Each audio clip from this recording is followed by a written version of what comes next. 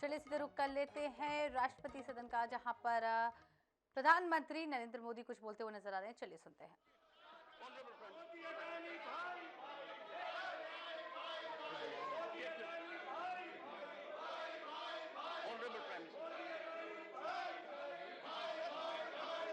Nothing will go on record except the Honorable Prime Minister's address. आदरणीय सभापति जी, मैं उन सभी सदस्यों का भी आभार व्यक्त करता हूं जिन्होंने इस चर्चा में भाग लिया, अपनी कल्पना के अनुसार चर्चा को विस्तार देने का प्रयास भी किया और इसलिए मैं सदन में हिस्सा लेने और चर्चा में हिस्सा लेने वाले सभी आदरणीय सदस्यों का धन्यवाद करता हूं। आदरणीय सभापति जी, ये सदन राज्यों का सदन है। बीते दशकों में अनेक बुद्धिजीवियों ने इस सदन से देश को दिशा दी है, देश का मार्गदर्शन किया। इस सदन में अनेक साथी ऐसे हैं जो अपने व्यक्तिगत जीवन में भी बहुत कुछ सिद्धियां प्राप्त की हुई हैं, अपने व्यक्तिगत जीवन में बहुत बड़े काम भी किए हुए हैं और इसलिए इस सदन में जो भी बात होती है उस बात को देश बहुत गंभीरता से सुनता है और देश उसे बहुत गंभीरता से लेता है। लेकिन आदरणीय सभापति जी, ये भी दुर्भाग्यपूर्ण है, इतने महत्वपूर्ण सदन में कुछ लोगों का व्यवहार, कुछ लोगों की वाणी न सिर्फ सदन को लेकिन देश को निराश करने वाली रही।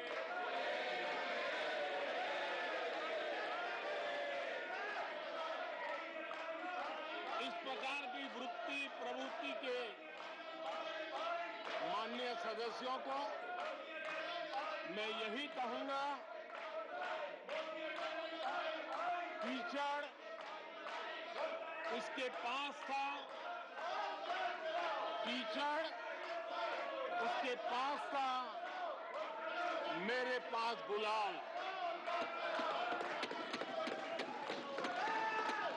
कीचड़ उसके पास था, मेरे पास गुलाल। जो भी जिसके पास था उसने दिया उछाल।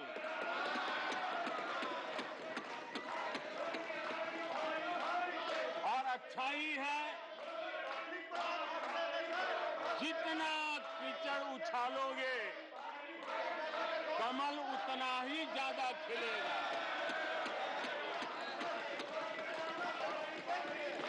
और इसलिए कमल खिलाने में आपका प्रत्यक्ष परोक्ष जो भी योगदान है, इसके लिए मैं उनका भी आभार व्यक्त करता हूं।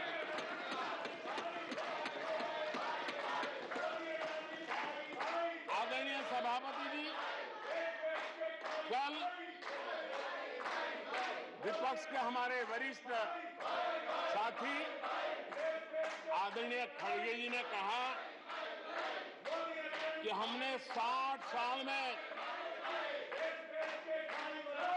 मजबूत बुनियाद बना रहे, ऐसा कल आपने कहा।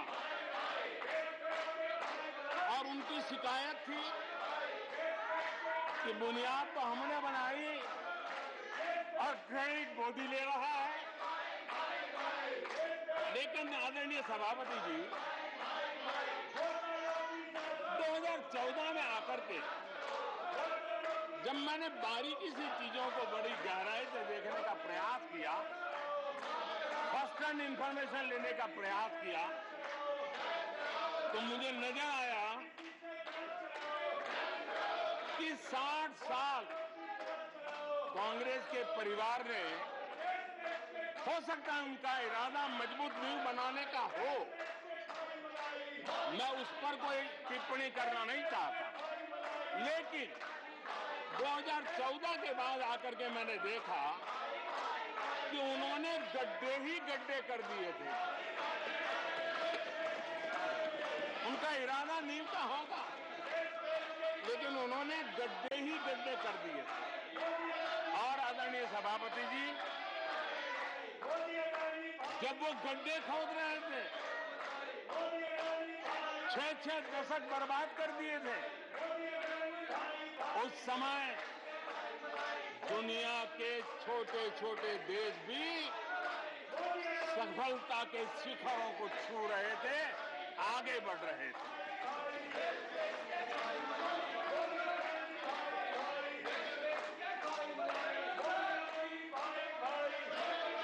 आदरणीय सभापति जी,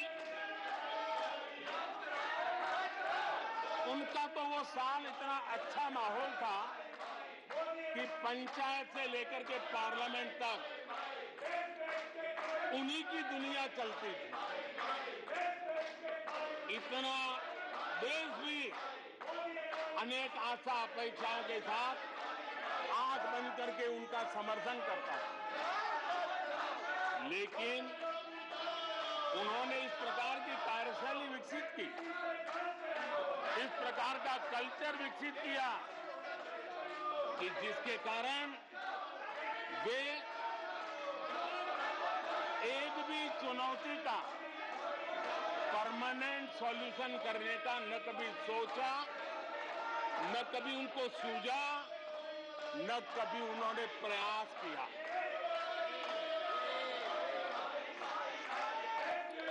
वे बहुत हो हल्ला हो जाता था तो चीजों को छू लेते थे,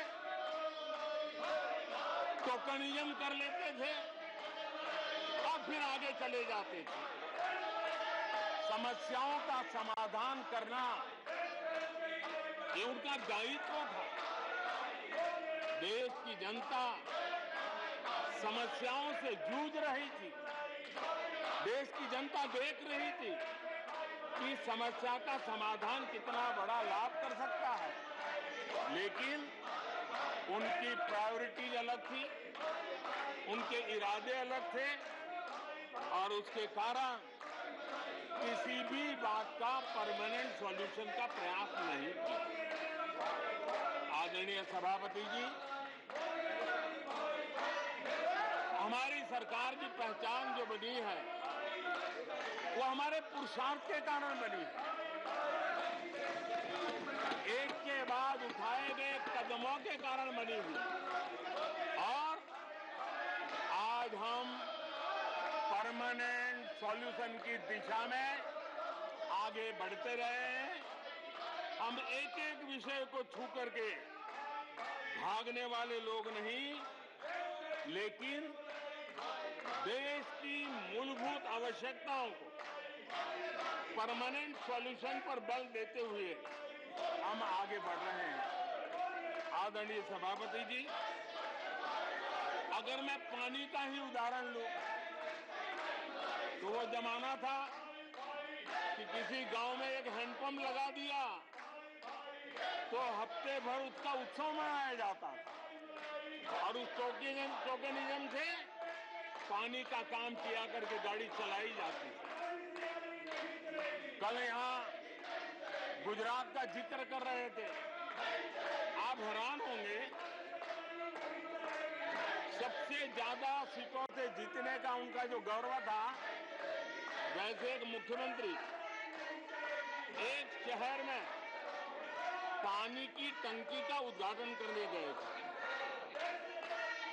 और वो फ्रंट पेज पर हेडलाइन न्यूज था, यानी समस्याओं का टोकनिज्म क्या होता है, कैसे टाला जाता है, ये कल्चर देश ने देखा है।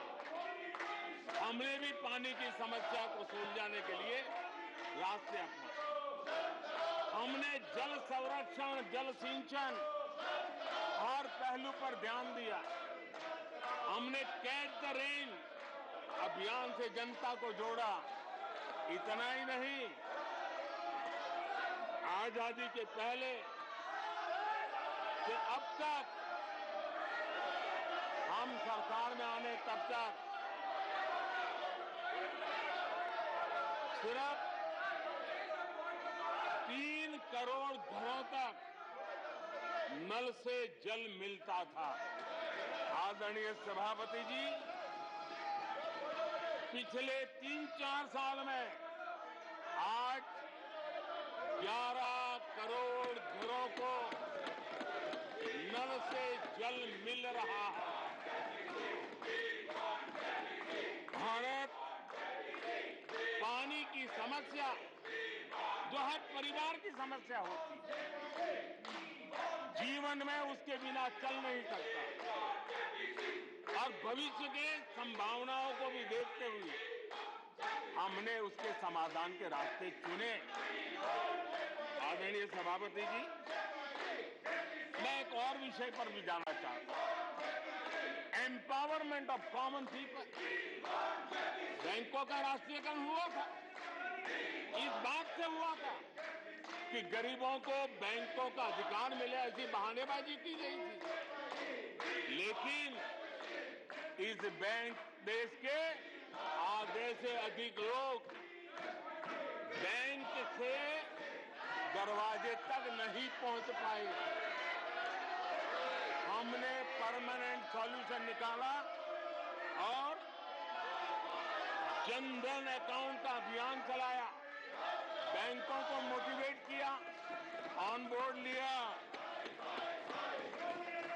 पिछले 9 साल में ही 48 करोड़ जनधन बैंक खाते खोले गए।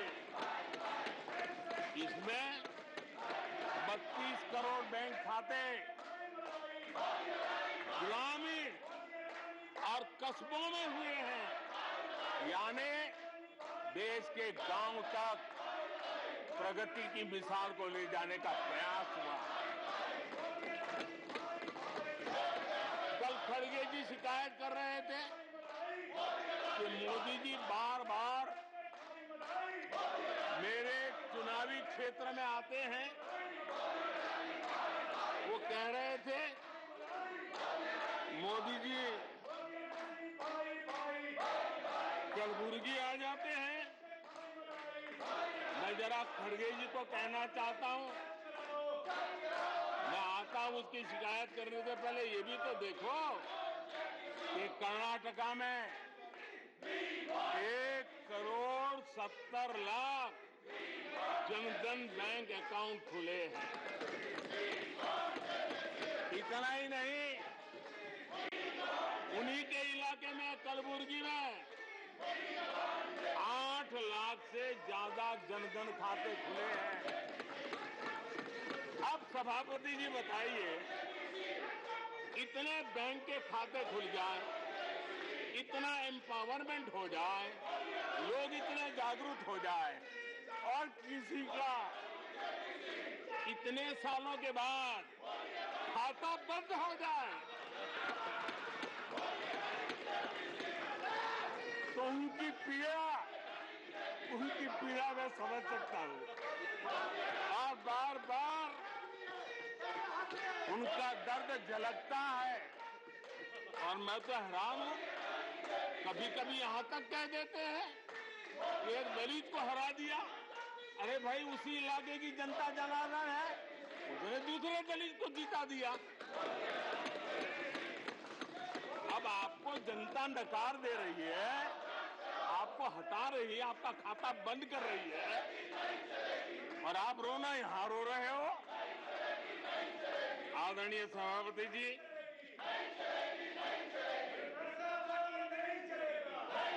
जनधन आधार, मोबाइल, ये जो त्रिशक्ति है, और उसने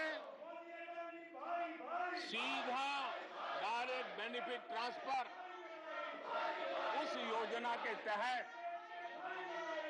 पिछले कुछ वर्षों में 27 लाख करोड़ रुपया इस देश के नागरिकों के बैंक खातों में ट्रांसफर किया, हितधारकों के खातों में ट्रांसफर किया है। और मुझे खुशी है कि डायरेक्ट बेनिफिट ट्रांसफर, ये टेक्नोलॉजी का उपयोग करने के कारण इस देश के 2 लाख करोड़ रुपए से ज्यादा पैसे जो किसी इकोसिस्टम के गलत हाथों में जाता था, वो बच गया है। देश की बहुत बड़ी सेवा की है। और मैं जानता हूं, जिस इकोसिस्टम के सागरिकों को, केले चपाटों को जो 2 लाख करोड़ की ऐसी फायदे मिलते रहते थे, उनका चिल्लाना भी बहुत स्वाभाविक है।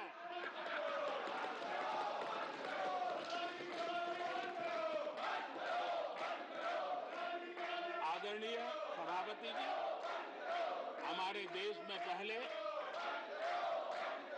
परियोजनाएं अटकाना, लटकाना, भटकाना, ये उनकी कार्य संस्कृति का हिस्सा बन गया था।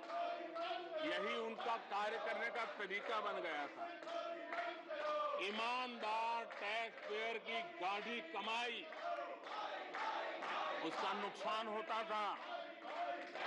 हमने टेक्नोलॉजी का प्लेटफॉर्म तैयार किया, पीएम गति शक्ति मास्टर प्लान लेकर के आए और 1600 लेयर में डेटा के माध्यम से इंफ्रास्ट्रक्चर को, प्रोजेक्ट्स को गति देने का काम हो रहा है। जो योजनाएं बनाने में महीनों लग जाते थे, वो आज सप्ताहों के भीतर भीतर उसको आगे बढ़ा दिया जाता है, क्योंकि आधुनिक भारत के निर्माण के लिए इंफ्रास्ट्रक्चर का महत्व हम भली भांति समझते हैं, स्केल का भी महत्व समझते हैं, स्पीड का भी महत्व समझते हैं, और टेक्नोलॉजी के माध्यम से परमानेंट सॉल्यूशन और परमानेंट एस्पिरेशन का एड्रेस करने का प्रयास आदरणीय सभापति जी हम कर रहे हैं। आदरणीय सभापति जी, कोई भी जब सरकार में आता है तो देश के लिए कुछ करने के वादे करके आता है, जनता का कुछ भला करने के वादे करके आता है, लेकिन सिर्फ भावनाएं व्यक्त करने से बात बनती नहीं है। आप कह दें कि हम ऐसा चाहते हैं, हम ऐसा चाहते हैं, जैसे कभी कहा जाता था गरीबी हटाओ, 4 दशक हो गए हैं, हुआ कुछ नहीं। इसलिए विकास की गति क्या है,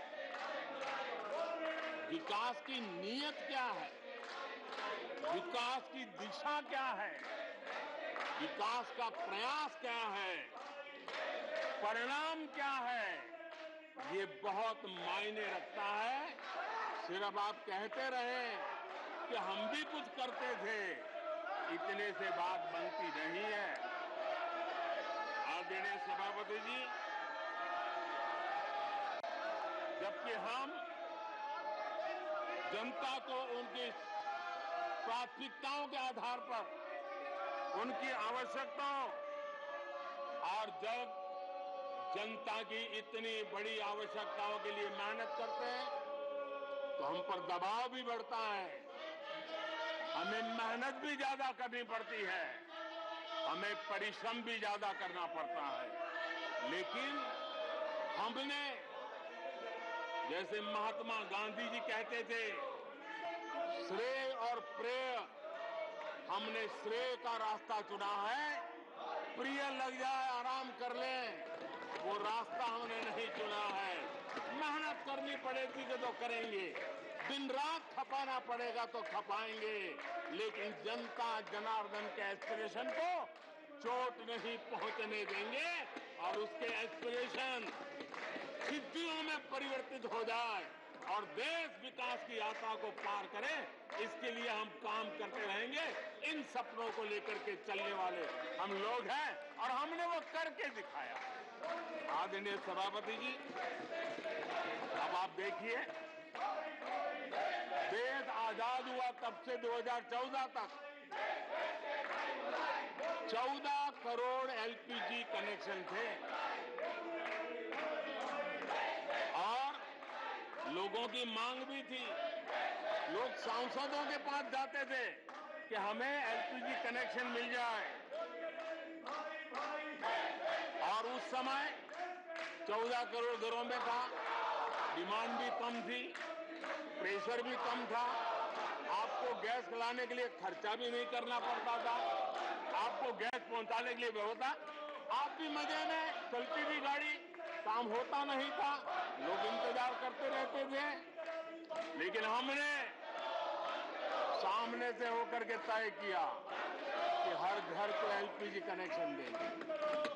हमें मालूम था कि हम कर रहे हैं, हमें मेहनत करनी पड़ेगी। हमें मालूम था हमें धन खर्च करना पड़ेगा। हमें मालूम था हमें दुनिया भर से गैस लाना पड़ेगा। ये सब दबाव की संभावना जानने के बावजूद भी हमारी प्राथमिकता मेरे देश का नागरिक था, हमारी प्राथमिकता हमारे देश के सामान्य लोग थे और इसलिए हमने 32 करोड़ से ज्यादा परिवारों के पास गैस कनेक्शन पहुंचाए। नया इंफ्रास्ट्रक्चर खड़ा करना पड़ा, धन खर्चना पड़ा। आदरणीय सभापति जी, इस एक उदाहरण से आप समझ सकते हैं कि हमें कितनी मेहनत करनी पड़ी होगी, लेकिन हमने आनंद के साथ, संतोष के साथ, गर्व के साथ इस मेहनत को किया और मुझे खुशी है कि सामान्य मानवी को उसका संतोष मिला। इससे बड़ा एक सरकार के लिए संतोष क्या हो सकता है। आदरणीय सभापति जी, आजादी के अनेक दशकों के बाद भी इस देश में 18,000 से ज्यादा गांव ऐसे थे जहां बिजली नहीं पहुंची थी और ये गांव अधिकतर हमारे आदिवासी बस्ती के गांव थे, हमारे पहाड़ों पर जिंदगी गुजारने वालों के लोगों के गांव थे, जनजातीय से गांव थे, नॉर्थ ईस्ट के गांव थे। लेकिन ये उनके चुनाव के हिसाब किताब में बैठता नहीं था, इसलिए इनकी प्रायोरिटी नहीं था। हम जानते थे ये कठिन काम इन्होंने छोड़ दिए हैं। हमने कहा हम तो मक्खन पे लकीर करने वाले नहीं, पत्थर पे लकीर करने वाले लोग हैं। हम इस चुनौती को भी उठाएंगे, हम इस चुनौती को भी उठाएंगे और हमने हर गांव में बिजली पहुंचाने का संकल्प उठाया। समय सीमा में 18,000 गांवों में बिजली पहुंचाई और उस चुनौतीपूर्ण काम करने के पीछे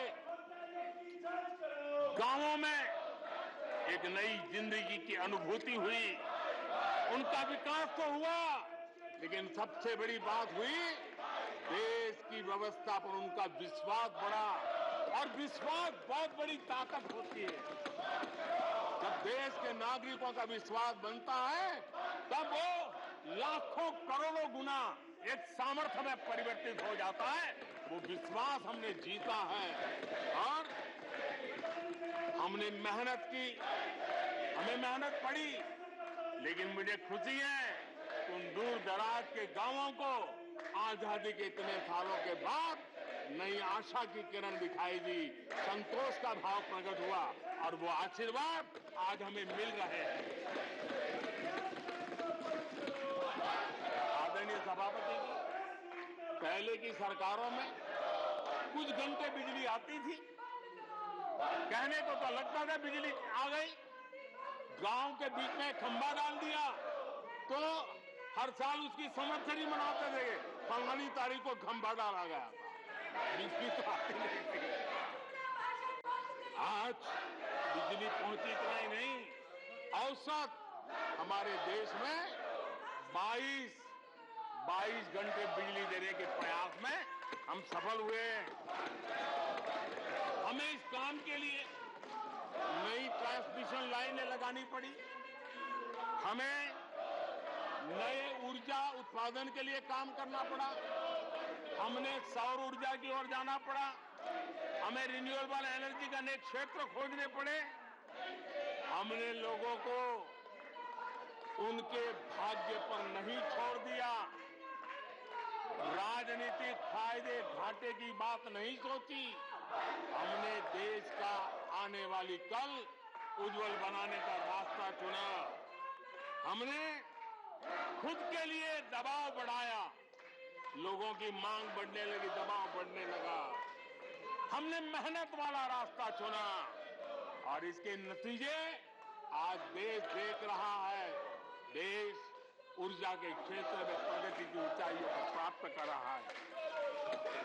आदरणीय सभापति जी,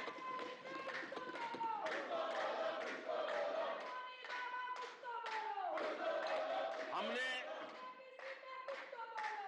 आजादी के अमृत काल में एक बहुत बड़ा हिम्मत भरा कदम उठाया। मैं जानता हूं ये आसान नहीं है, हमें बहुत मेहनत करनी पड़ेगी और वो रास्ता हमने चुना है सैचुरेशन का। हर योजना के जो लाभार्थी हैं 100% लाभ कैसे पहुंचे, 100% लाभार्थियों को लाभ पहुंचे, बिना रोक टोक के लाभ पहुंचे। और मैं कहता हूं अगर सच्चा पंथ निरपेक्षता है तो यही है, सच्चा सेक्युलरिज्म है तो यही है। और सरकार उस राह पर बड़ी ईमानदारी के साथ चल पड़ी है। अमृत काल में हमने सैचुरेशन का संकल्प लिया है। 100% लाभार्थियों तक पहुंचने का भाजपा एनडीए सरकार का ये संकल्प है। आदरणीय सभापति जी, ये 100% वाली बात, ये सैचुरेशन वाली बात देश की अनेक समस्याओं का समाधान तो है ही। उस नागरिक की समस्याओं का समाधान इतना ही नहीं है, देश की समस्याओं का समाधान है। एक ऐसी नई कार्य संस्कृति को लेकर के हम आ रहे हैं जो देश में मेरा तेरा अपना पराया उन सारे भेदों को मिटाने वाला रास्ता है, सैचुरेशन वाला हम लेकर के आए। सैचुरेशन तक पहुंचने का मतलब होता है भेदभाव की सारी गुंजाइशें खत्म करना। जब डिस्क्रिमिनेशन रहता है तब करप्शन को भी संभावना मिलती है। कोई कहेगा मुझे जल्दी दो, तो कहता है इतना दोगे तो दूंगा, लेकिन 100% जाना है तो उसको विश्वास होता है भले इस महीने मुझे नहीं पहुंचा, 3 महीने के बाद पहुंचेगा, लेकिन पहुंचेगा, विश्वास बढ़ता है। ये तुष्टीकरण की आशंकाओं को समाप्त कर देता है। फलानी जाति को मिलेगा, फलाने परिवार को मिलेगा, फलाने गांव को मिलेगा, फलानी बिरादरी को मिलेगा, फलाने पंथ संप्रदाय वालों को मिलेगा, ये सारी तुष्टीकरण की आशंकाओं को खत्म कर देता है। स्वार्थ के आधार पर लाभ पहुंचाने की प्रवृत्ति को पूरी तरह खत्म कर देता है और समाज के आखिरी व्यक्ति को, जो आखिरी पंक्ति में खड़ा हुआ व्यक्ति है, और महात्मा गांधी जिसकी हमेशा वकालत करते थे, उसके अधिकारों की रक्षा इसके अंदर समाहित होती है और हम उसको सुनिश्चित करते हैं। और सबका साथ सबका विकास, ये मतलब यही है कि 100% उनके हकों को पहुंचाना। जब सरकार की मशीनरी का लक्ष्य हर पात्र व्यक्ति तक पहुंचने का हो तो भेदभाव पक्षपात टिक ही नहीं सकता। इसलिए हमारा ये 100% सेवा अभियान सोशल जस्टिस, सामाजिक न्याय, इसका बहुत बड़ा सशक्त माध्यम है। यही सामाजिक न्याय की असली गारंटी है। यही सच्ची पंथ निरपेक्षता है। यही सच्चा सेकुलरिज्म है। हम देश को विकास का ये मॉडल दे रहे हैं जिसमें हितधारक सबको उनके हक मिले। देश हमारे साथ है। कांग्रेस को बार बार देश नकार रहा है, लेकिन कांग्रेस और उसके साथी अपनी साजिशों से बाज नहीं आते हैं और जनता ये देख भी रही है और उनको हर मौके पर सजा भी देती रही। आदरणीय सभापति जी, हमारे देश की आजादी में 1857 से लेकर के स्वतंत्र संग्राम का कोई भी दशक उठा लीजिए, हिंदुस्तान का कोई भी भूभाग उठा लीजिए, मेरे देश की आजादी की लड़ाई में मेरे देश के आदिवासियों का योगदान स्वर्णिम पृष्ठ से भरा पड़ा हुआ है। गर्व होता है देश को कि मेरे आदिवासी भाइयों ने आजादी के महात्म्य को समझा था, लेकिन दशकों तक मेरे आदिवासी भाई विकास से वंचित रहे और विश्वास का सेतु तो कभी बन ही नहीं पाया। आशंकाओं से भरी हुई व्यवस्था बनी और उन नौजवानों के मन में बार बार सरकारों के लिए सवाल उठते चले गए, लेकिन उन्होंने सही नीयत से काम किया होता, नेक नीयत से काम किया होता, आदिवासियों के कल्याण के प्रति समर्पण भाव से काम किया होता, तो आज 21वीं सदी के तीसरे दशक में मुझे इतनी मेहनत नहीं करनी पड़ती, लेकिन उन्होंने नहीं किया। अटल बिहारी वाजपेयी की सरकार थी, पहली बार इस देश में आदिवासियों के विकास के लिए अलग मंत्रालय बना, पहली बार आदिवासियों के कल्याण के लिए, भलाई के लिए, विकास के लिए अलग बजट की व्यवस्था हुई।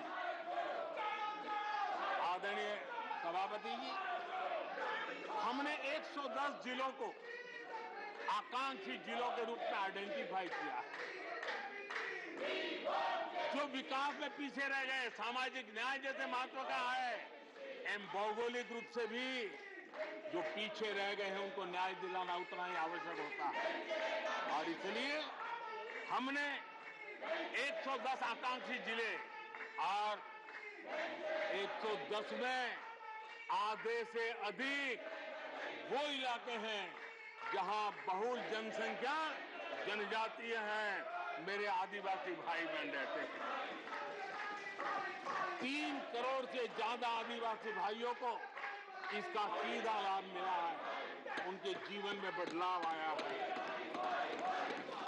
इन क्षेत्रों में शिक्षा, स्वास्थ्य, इंफ्रास्ट्रक्चर, इसमें अभूतपूर्व सुधार हुआ है, क्योंकि हमने 110 जिलों पर विशेष फोकस किया है, उनका रेगुलर मॉनिटरिंग कर रहे हैं।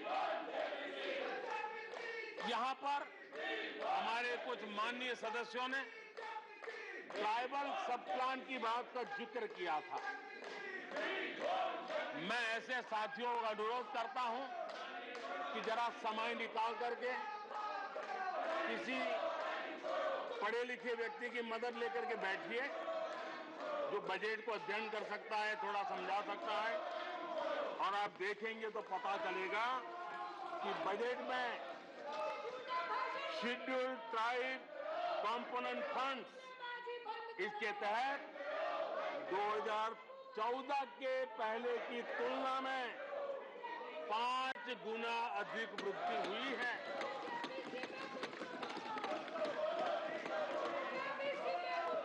आदरणीय सभापति जी, 2014 के पहले जब उनकी सरकार थी तब एलोकेशन 20-25 हजार करोड़ रुपए के आसपास रहता था। बहुत पुरानी बात नहीं है, सिर्फ 20-25 हजार करोड़ रुपए। आज यहां आकर के गीत गा रहे हैं। हमने आकर के इस वर्ष 1,20,000 करोड़ का प्रावधान किया। हमने बीते 9 वर्षों में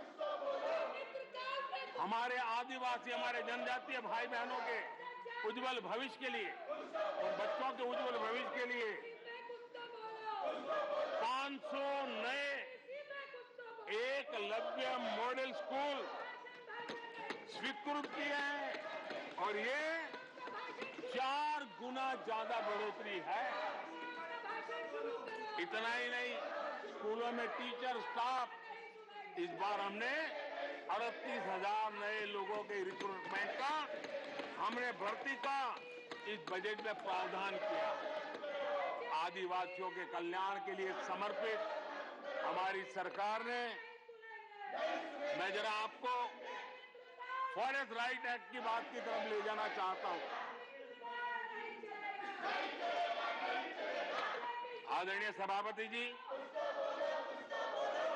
देश आजाद होने से लेकर हमारे आने से पहले 2014 के पहले आदिवासी परिवारों को 14 लाख जमीन के पट्टे दिए गए।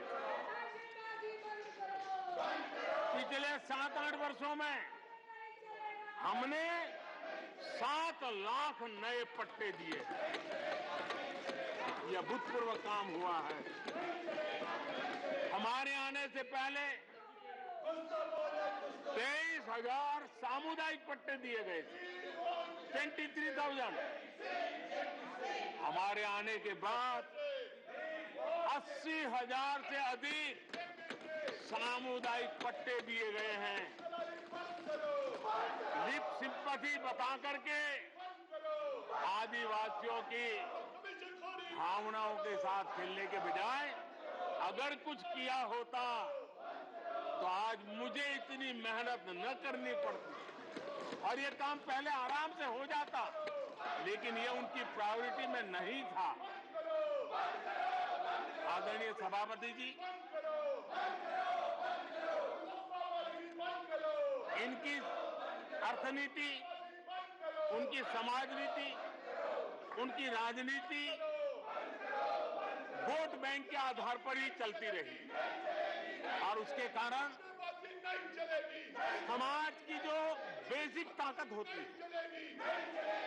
स्वरोजगार के कारण देश की आर्थिक गतिविधि बढ़ाने वाला जो सामर्थ्य होता है, इन्होंने हमेशा नजरअंदाज कर दिया। उनको वो इतने छोटे लगते थे, इतने बिखरे हुए लगते थे, तो उसका उनको कोई मूल्य ही नहीं था। जो छोटे छोटे काम में जुड़े हुए, जो स्वरोजगार के ऊपर समाज पर बोझ बने बिना समाज में कुछ न कुछ वैल्यू एडिशन करते हैं, उनके प्रति दुर्लक्ष्य किया गया। छोटे काम में जुटे इन करोड़ों लोगों को भुला दिया गया।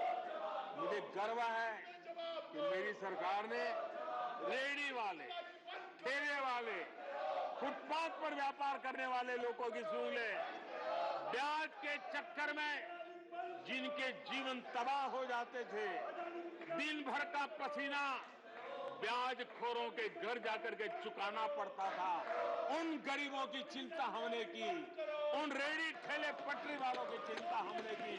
और आदरणीय सभापति जी, हमने इतना ही नहीं, हमारे विश्वकर्मा समुदाय जो समाज निर्माण के अंदर एक भूमिका देते हैं, जो अपने हाथ से औजार की मदद से कुछ न कुछ सृजन करते रहते हैं, समाज की आवश्यकताओं की बहुत बड़ी मात्रा में पूर्ति करते हैं। चाहे हमारा बंजारा समुदाय हो, चाहे हमारे गुमंत जाति के लोग हैं, हमने उनकी चिंता करने का काम किया है। पीएम स्वनिधि योजना हो, पीएम विश्वकर्मा योजना हो, जिसके द्वारा हमने समाज के इन लोगों की मजबूती के लिए काम किया है, उनके सामर्थ्य को बढ़ाने के लिए काम किया। आदरणीय सभापति जी, आप तो स्वयं किसान पुत्र हैं। इस देश के किसानों के साथ क्या बीती है, ऊपर के कुछ एक वर्ग को संभाल लेना और उन्हीं से अपनी राजनीति चलाए रखना, यही सिलसिला चला। इस देश की कृषि की सच्ची ताकत छोटे किसानों में है। 1 एकड़ 2 एकड़ भूमि का वो बड़ा मुश्किल से 80-85% इस देश का ये वर्ग है। इन छोटे किसान उपेक्षित थे, उनकी आवाज कोई सुनने वाला नहीं था। हमारी सरकार ने छोटे किसानों पर ध्यान केंद्रित किया, छोटे किसानों को फॉर्मल बैंकिंग के साथ जोड़ा। आज साल में 3 बार सीधे पीएम किसान सम्मान निधि छोटे किसान के खाते में जमा होती है। इतना ही नहीं, हमने पशुपालकों को भी बैंकों से जोड़ा, हमने मछुआरों को बैंकों से जोड़ा और उनको ब्याज में रियायत देकर के उनके आर्थिक सामर्थ्य को बढ़ाया ताकि वो अपना व्यवसाय विकसित कर सके, अपने क्रॉप पैटर्न को बदल सके, अपने उत्पादित किए हुए माल को रोक करके उचित दाम मिलने पर बाजार में ले जा सके। उस दिशा में हमने काम किया। आदरणीय सभापति जी, हम जानते हैं हमारे देश के बहुत सारे किसान ऐसे हैं कि जो बरसाती पानी पर उनको गुजारा करना पड़ता है। सिंचाई की व्यवस्था ये पिछली सरकारों ने की नहीं। हमने और देखा है कि ये छोटे किसान पानी बरसाती के भरोसे जीने वाले मोटे अनाज की खेती करते हैं, पानी होता नहीं है। ये मोटे अनाज की खेती करने वाले किसानों को हमने विशेष स्थान दिया।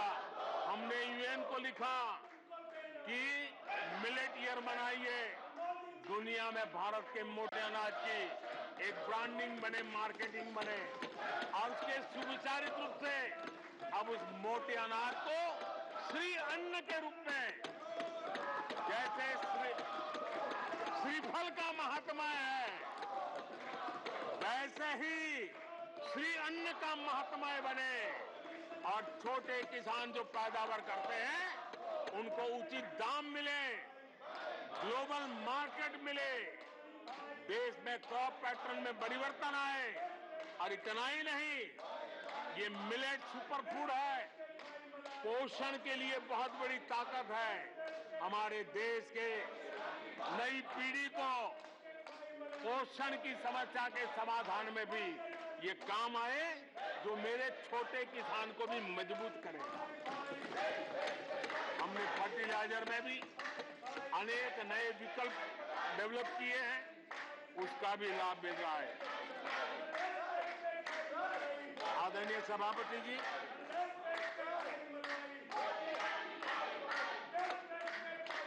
हमें बड़े कन्विक्शन के साथ मैं मानता हूं कि जब निर्णय प्रक्रिया में माताओं बहनों की भागीदारी बढ़ती है तो परिणाम अच्छे मिलते हैं, जल्दी मिलते हैं और निर्धारित लक्ष्य को प्राप्त करने वाले होते हैं। और इसलिए माता बहनों की भागीदारी बढ़े, वे निर्णय प्रक्रिया में हमारे साथ जुड़े, उस दिशा में महिला सशक्तिकरण को लेकर के, महिलाओं के नेतृत्व के विकास के लिए हमारी सरकार ने प्राथमिकता दी है। सदन में हमारे एक माननीय सदस्य ने कहा कि महिलाओं को टॉयलेट देने से क्या महिलाओं का विकास हो जाएगा? हो सकता है उनका ध्यान सिर्फ टॉयलेट पे गया हो, वो उनकी कठिनाई होगी, लेकिन मैं जरा बताना चाहता हूं, मुझे इस बात का गर्व है और मैं गर्व अनुभव करता हूं, क्योंकि मैं राज्य में रह करके आया हूं, मैंने गांव में जिंदगी गुजार के आया हूं। मुझे गर्व है कि 11 करोड़ शौचालय बना करके मैंने मेरी माताओं बहनों को इज्जत कर दिया है। मुझे इस बात का गर्व है। हमारी माताओं बहनों, हमारी बेटियों के जीवन चक्र की तरफ जरा नजर करें। हमारी सरकार माताओं बहनों के सशक्तिकरण के लिए कितनी संवेदनशील है, उसकी तरफ मैं जरा ध्यान आकर्षित करना चाहता हूं। और जिनको सिर्फ टॉयलेट पे ही सोच अटक गई थी, वो जरा कान खुल करके सुने, ताकि आगे जाकर ये बताने में उनको सुविधा होगी। गर्भावस्था के दौरान शिशु को पौष्टिक खाना मिले, इसके लिए हमने मातृ वंदना योजना चलाई और इसके लिए प्रेगनेंसी के समय महिला के बैंक खाते में सीधा पैसा जाए, ताकि उसको पोषण से उसके गर्भ में जो बच्चा है उसके स्वास्थ्य को भी लाभ हो। हमारे यहां माता मृत्यु दर, शिशु मृत्यु दर, इस गंभीर समस्या से मुक्ति का एक उपाय इंस्टीट्यूशनल डिलीवरी, हमारे गरीब से गरीब मां की इंस्टीट्यूशनल डिलीवरी हो, शिशु का जन्म अस्पताल में हो, इसके लिए हमने धन भी खर्च करना तय किया और व्यापक अभियान भी चलाया और उसके सुफल दिखाई भी दे रहे हैं। हम जानते हैं किसी न किसी मानसिक विकृति के कारण बेटियों को मां के कोख में ही मारने की प्रवृत्ति बढ़ गई थी। ये समाज के लिए कलंक था। हमने बेटी बचाओ अभियान चलाया और आज मुझे खुशी है कि बेटे जन्म लेते हैं उसकी तुलना में बेटियों की संख्या बढ़ रही है। ये हमारे लिए संतोष का विषय है। हमने बेटियों की रक्षा का काम किया है। बेटी जब बड़ी होकर स्कूल जाए और शौचालय के अभाव में